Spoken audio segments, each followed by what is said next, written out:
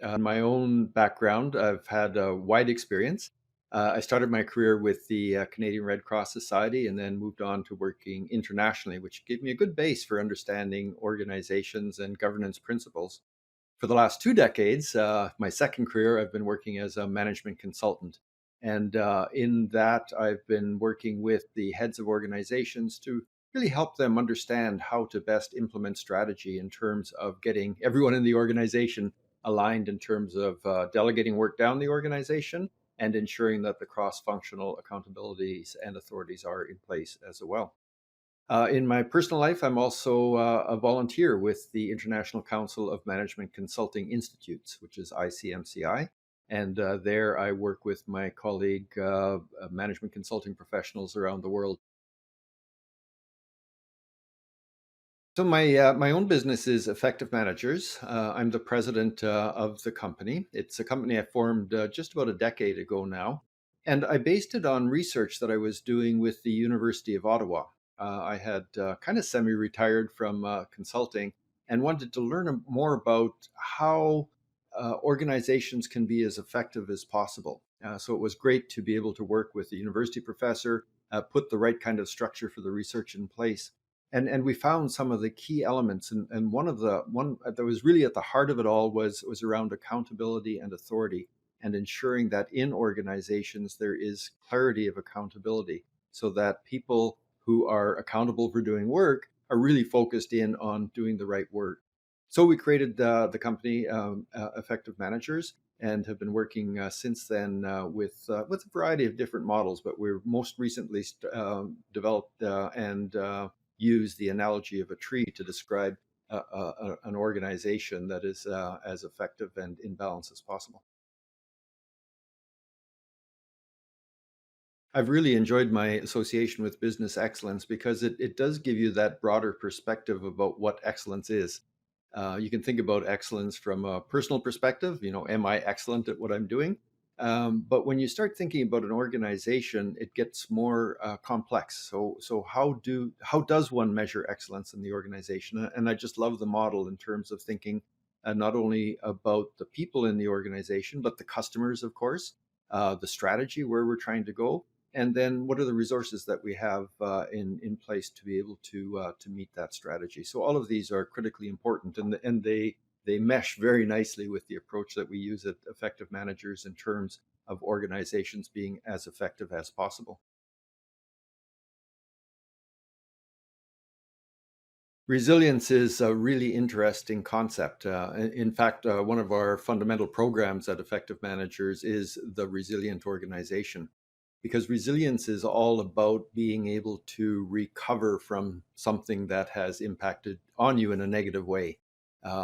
If anything, if we've been learned anything about the past 18 months and the global pandemic, it's that disruption can come from unexpected sources. We never would have imagined in 2019 that something could be so impactful to so many industries right around the world.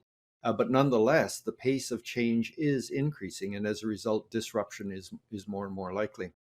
So part of the issue with resilience in organizations is that there's so much focus on all of the output factors. What are we producing? What are we selling? What's our profit margin? What's our quality levels? And not enough attention on the input factors, which are all around how do we work inside our organizations? What's happening inside the system that provides the output? And what's really important to think about there are the people systems. Do we have an accountability and authority framework? Are we getting people into the right roles with the right capability to do the work? Are managers doing their managerial leadership work? So if we get these kinds of things in place and we measure on the input side, then you can have an organization that's resilient because you have the internal systems and processes to withstand some of the disruption that might come your way. I think there's two parts to it. So when I think about system, I mentioned the analogy of the tree. So at the structural level for the tree, it's like the root system in the topsoil on the bedrock. You need a business model that works. You need a strategy that is meaningful and that you can implement. and you need an organization design that ties all of it together. So that's the structural elements. If you don't have that in place for your organization, you can't be resilient. Then there's the people elements. And then there's the output measures, which are culture. I put culture as an output because it's the result of all of the actions and decisions taken inside the organization that drive the culture, which then drives organizational performance, which then drives the outcome measures such as profit.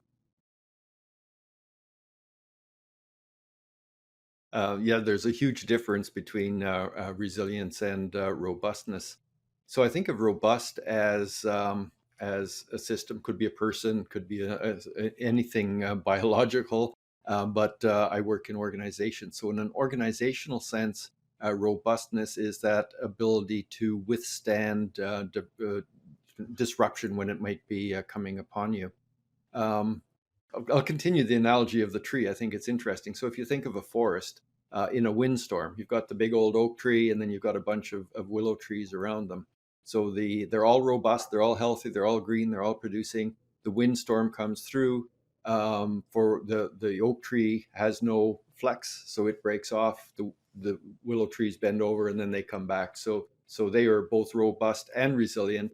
The oak tree was robust, but it wasn't resilient. So you need both, and the robustness comes from all of those systems inside the organization working very, very well, people collaborating with each other in the right way, from the top of the organization on down, delegating work in a way, resourcing people appropriately, delegating the appropriate authority, and so on. You get this kind of magic synergy inside the organization that everything is working very well. That's the robustness, and it leads to the resilience, because if you have all of those things in place and you have the right business model and strategy, it all comes together. Management consulting is an interesting industry to be in because it is so client focused. I talked about disruption in some of the other areas, and the whole industry of management consulting is going through its own disruption with the availability to knowledge and the ability to network the way it is now, and the availability of specialized expertise online. There's an increasing need for management consulting to prove its worth, to demonstrate why that diagnostic capability that we've developed over years really does make a difference in the organization, so that we can help the client get to those root cause issues instead of treating things at a symptomatic level, which is a risk of kind of doing it yourself. So from the perspective of management consulting, it's critically important to start where the client is. It's not enough in this day and age to have the product or the process that is the magic answer to all things, because it cannot possibly be. We can't go into the organization and kind of figure out what it is they need based on what it is that we have to sell. You have to start with what the customer needs are. So it's a really important lesson that we in this industry need to learn, and it's something we have to pass on to client organizations as well, because stakeholders are now broader than they've ever been. Certainly, we have shareholders if we're publicly held. We have our customers, which we have to take care of, but we also have to think about the employees in the organization at all of the different levels inside the organization, and how they are treated and how they collaborate with each other. And then at the next level out, I guess think of it as an onion. At the next level out, what are we doing in our community? What's happening in the world? Are we sustainable? All of these things have to be in balance inside organizations. Well, first of all, we have to stay in business. So one of the success factors, just as in any organization, is to be able to run a profit in terms of making more money than one spends in the business. So that's part of it. But to me, the real success is in working with a client that is able to leverage their success as a result of some of the tools, methods, approach, advice that I bring to them. So management consulting is very, very rewarding. It can be stressful because you're usually going into a situation where some very good minds have tried to solve a problem for a very long time. And the reason that they're calling you in is that they haven't been able to solve it. So understanding how things work in organizations, this systemic approach that I applaud so much, really does help provide that framework for us to understand what might be beneath the surface that the client doesn't see, that we can help them address, that will resolve the symptoms that they've been struggling with for a long period of time.